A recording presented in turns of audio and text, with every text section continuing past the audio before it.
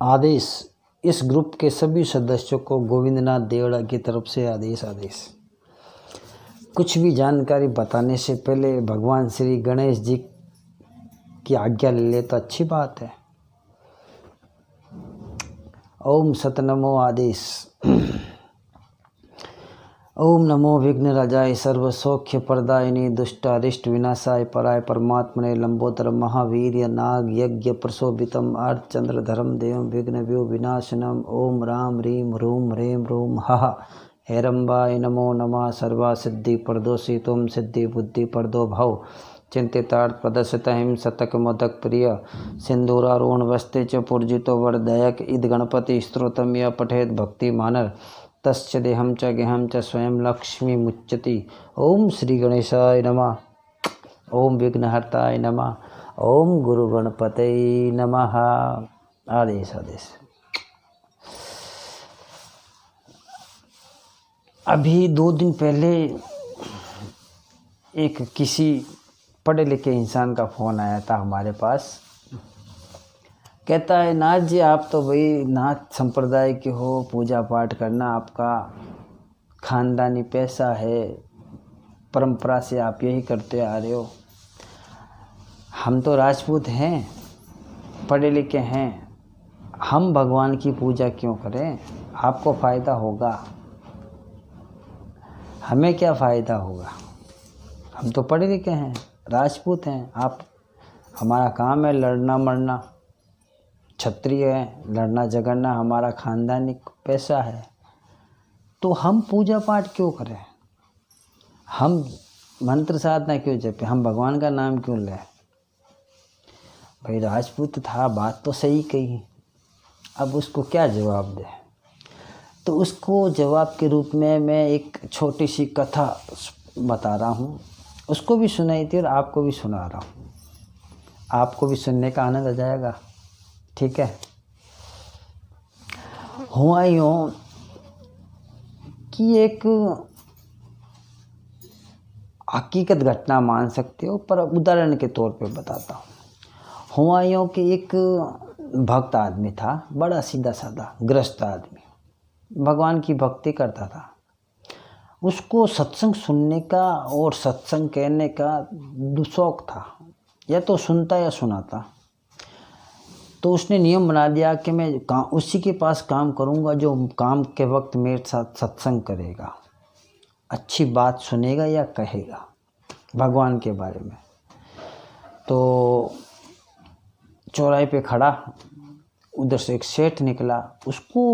सेठ को मजदूर की सख्त ज़रूरत थी। उसके घर में शादी थी, जो घी का जो पीपा होता है वो लेकर घर जाना था। सेठ तो ले जा नहीं सकता ना। उसने वो मजदूर को बोला, भाई मेरे साथ चलेगा, पीपा घर तक पहुंचाएगा, मैं 2 रुपये 3 रुपये तुझे दे दूंगा।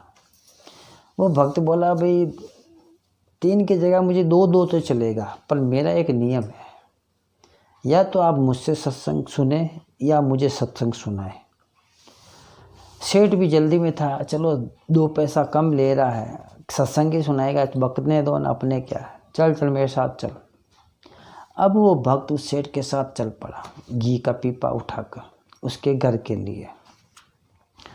अब हुआ यूँ कि सेठ तो अपने शादी ब्याह के बारे में सोचता रहा, अपने हिसाब किताब में उलझा रहा, और भक्त अपना सत्संग कहता रहा। घर पहुँचे, पीपा उतारा, सेठ जी ने 2 रुपये दिए। 2 रुपये लेते वक्त भक्त ने कहा कि सेठ जी, मैंने जो सत्संग आपको सुनाई कुछ समझ में आया? तो सेठ जी ने थोड़ा सोचा कि मैं पूरा तो नहीं सुन पाया, अपने उलझनों में था, अपने विचारों में था, मगर 1-2 कुछ शब्द मेरे कान में जरूर आ गए, 1-2 शब्द वो याद है। तो उस भक्त ने कहा, सेठ जी मैं तो भक्त आदमी हूँ, मुझ में ऐसी कोई सामर्थ्य शक्ति नहीं कि मैं किसी को मार सकता हूँ, मगर मुझे आभास हो रहा है कि आज की रात आपके जीवन की आखिरी रात है, कल सुबह का आप सूर्य नहीं देख सकते। सेठ जी एक बार चक्कर में पड़ गए, ये ऐसा कैसे कह रहा? कि सेठ जी भली दाटी दो, ये पैसे ही रख लो, मगर आप कल का सूरज नहीं देख सकते। सेठ जी ने कहा कुछ बात होगी। सेठ ने पैसे दिए, फिर पूछा बताओ कि क्या बात हुई। तो उस भक्त ने कहा कि जब आपकी मृत्यु हो जाए, सुबह के समय यमदूत आएंगे आपको लेने, तो उनके साथ शांतिपूर्वक चले जाना, किसी प्रकार की बहसबाजी नहीं करनी, जहाँ ले जाना चाहे चले जाना। वो आपको यमलोक ले जाएंगे, वहाँ पर आपके कर्मों का हिसाब किताब होगा। तो उसमें ये भी जिक्र आएगा कि आपने मुझसे जो 2-3 शब्दों का सत्संग सुना है उसका फल, तो आप ये बोलना मुझे सत्संग का फल देखना है, भोगना नहीं है। उस सत्संग का फल सिर्फ देखना है कैसा है, भोगना नहीं है। सेठ ने कहा ठीक है, तू इतनी कह रहा था, ये भी मान लेता हूँ, मरूंगा तो जरूर तेरी बात मानूंगा। अब उस भक्त की शायद वाणी में जीवा पर माँ सरस्वती बैठी, और वास्तव में वो सेठ जी संसार से विदा हो गए। यमराज आए, यमलोक ले गए। यमलोक ले गए तो यमराज ने कहा भाई देख, इसके सेठ के खाते में कोई कर्म है अच्छे बुरे तो बता। धर्मराज ने कहा बाबूजी, सेठ ने ज़िंदगी भर लूटा है, ज़िंदगी भर ब्याज पे पैसा कमाया है, कोई अच्छा कर्म तो नहीं किया, मगर एक कर्म अच्छा है, इसने अनजाने अनजाने में 2-3 कुछ सत्संग के शब्द सुन रखे हैं, उसका फल इसको दे सकते हो आप, बाकी तो ये कलयुग में जाने लायक है।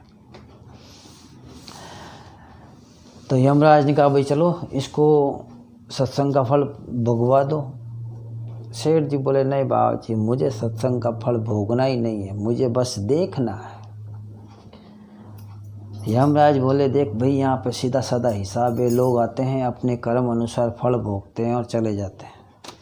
यहाँ पे फल देखने की इसकी सिस्टम ही नहीं बनाया भगवान ने, हमारे देवताओं ने। आप फल भोगन जाओ, देखते हैं नहीं मिलता कि नहीं साहब मुझे बस फल देखना है। नई समस्या तो यमराज को भी हो गई, यार ये भी बात तो सही कह रहा।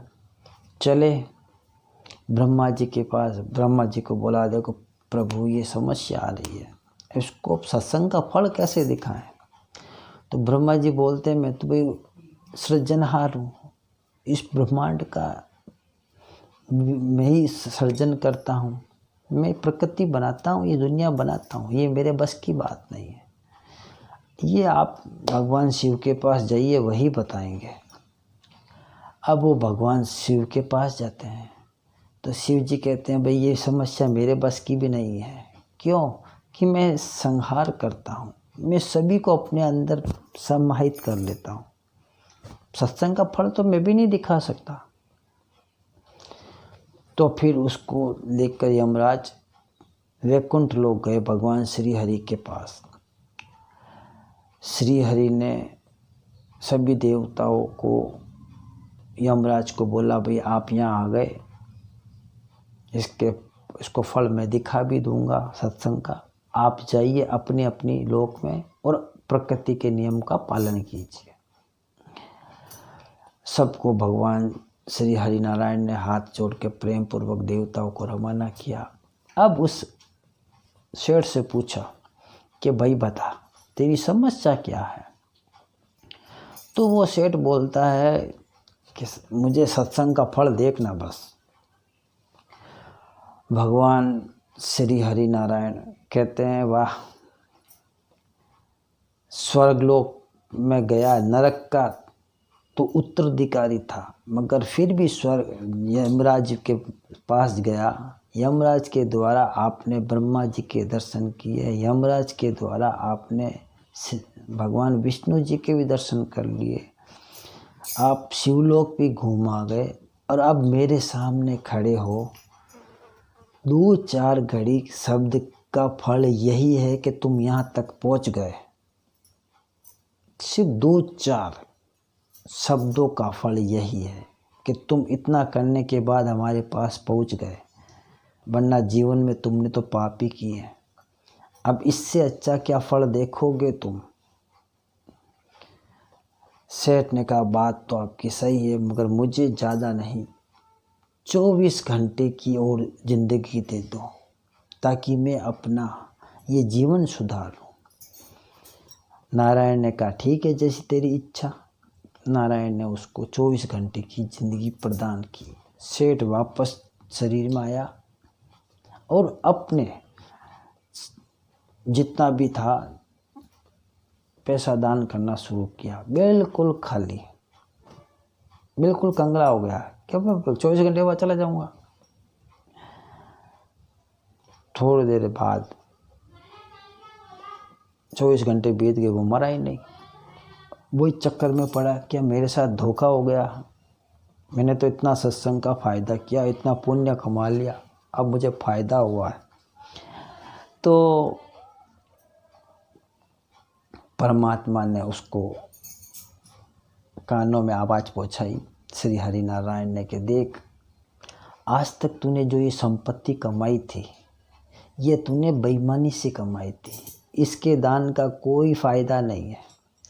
अब तुझे सच्चा दान करना है तो अपनी मेहनत से पैसा कमा, उस पैसे के द्वारा तू दान कर, गरीब को खिला, जानवर को खिला, चींटियों को खिला, हवन पूजन कर, पर उस पैसे से कर।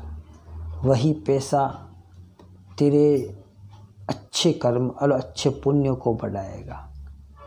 मेहनत की कमाई से पूजा करोगे, मेहनत की कमाई से तुम मुझे याद करोगे, अपनी मेहनत की कमाई से एक बूंद भी मुझे प्रदान करोगे, मैं उसी से संतुष्ट हो जाता हूँ। तो भगवान की सेवा करने का, उनको याद करने का, उनको स्मरण करने का फ़ायदा होता है। ये फ़ायदा आपको इस जीवन में लड़ते लड़ते क्या फ़ायदा करोगे, पर जब ये जीवन त्यागोगे तो आपके लिए आगे रास्ते खुल जाएंगे। और क्षत्रिय का अर्थ होता है लड़ना, मगर बेमतलब नहीं। धर्म युक्त युद्ध में क्षत्रिय लड़ सकता, बाकी हर जगह लड़ाई झगड़ा करना ऐसी खेल नहीं है, और करना अच्छी बात भी नहीं है। आदेश इसी प्रकार में हमारी कई लोगों से वार्तालाप होती है, उसके बारे में हम आपको बताएंगे, अगर आपको अच्छा लगे तो। और अच्छा नहीं लगे तो आप हमें मना कर दीजिए, ऐसे वीडियो ही नहीं बनाएंगे। ठीक है, आदेश आदेश।